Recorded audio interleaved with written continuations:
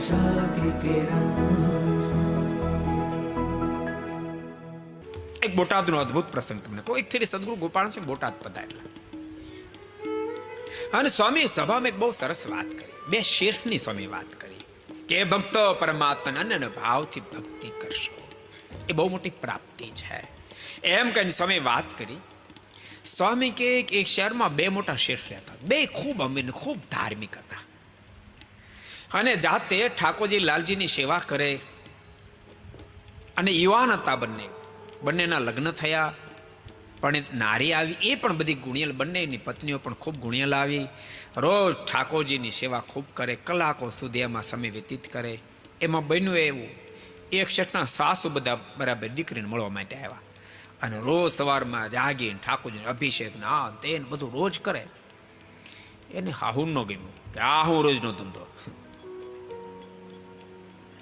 એટલે દીકરીને કાન ભંભેરણી શરૂ કરી કે આશીર્વાદ નહીં, હરવા જવું નહીં, ફરવા જવું નહીં, મોજ આ સાદા વસ્ત્રો, આ બધું શું?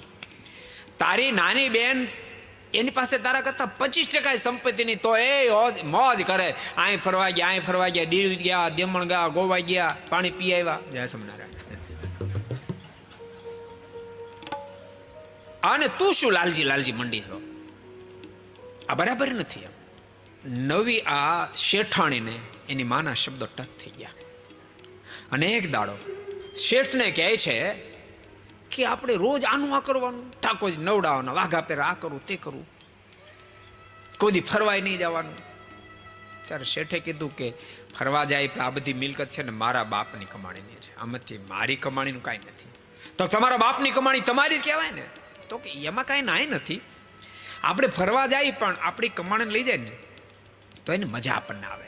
હું ક્યાં શું કઈ દાડિયું કરવા દો, મજૂરી કરો, તક મજૂર કરવા ને જાવું.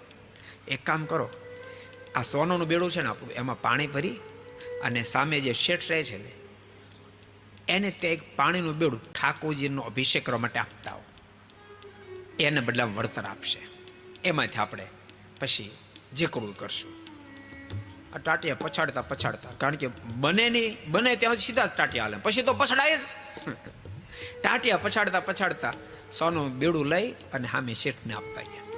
શેઠ ઠાકોરજી અભિષેક કરતા હતા અને આ શેઠાણે આવેલા જોતાર સાથે પધારો. શેઠાણે કેમ પધાર્યા? તો કે તમારા ઠાકોરજી માટે અભિષેક માટે હું જળ લાવી છું, અપાવી. અરે અમારા ઠાકોરજી માટે તમે જળ લઈ આવ્યા, મને ખૂબ આનંદ થયો.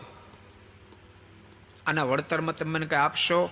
પેલા શેઠે કીધું આ બધી જ મિલકત હું તમને, તમે કોણ તો આ જળના બદલામાં અર્પણ કરી દો. તમારા ઠાકોર માટે જળ લાવ્યા. અને આટલો મહિમા પેલા શેઠાણીના કાને અથડાયો કે આ એક બેડું જળ માટે આ શેઠ આખી સંપત્તિ આપવા તૈયાર થઈ ગયા છે.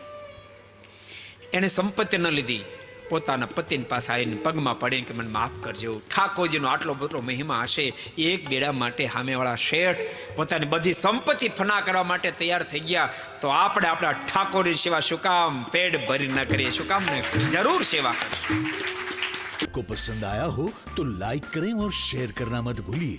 सब्सक्राइब करें सरदार कथा चैनल को और बेल आइकॉन पर क्लिक करना मत भूलिए लेटेस्ट वीडियो सबसे पहले पाने के लिए.